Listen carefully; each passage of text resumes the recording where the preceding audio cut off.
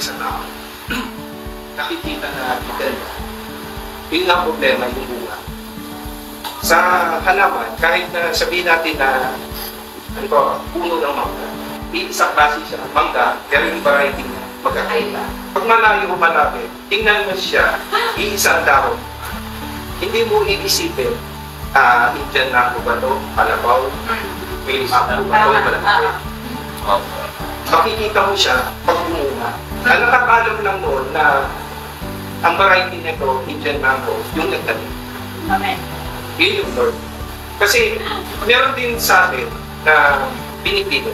Tulad na lang ng yung mangga, may grafted.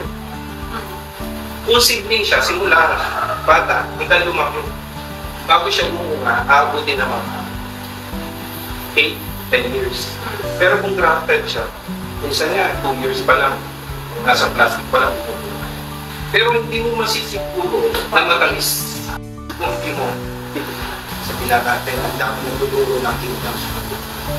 Babalik din tayo dun sa Matthew 24, at saka sa Matthew 6:33. Ang makita sa atin ay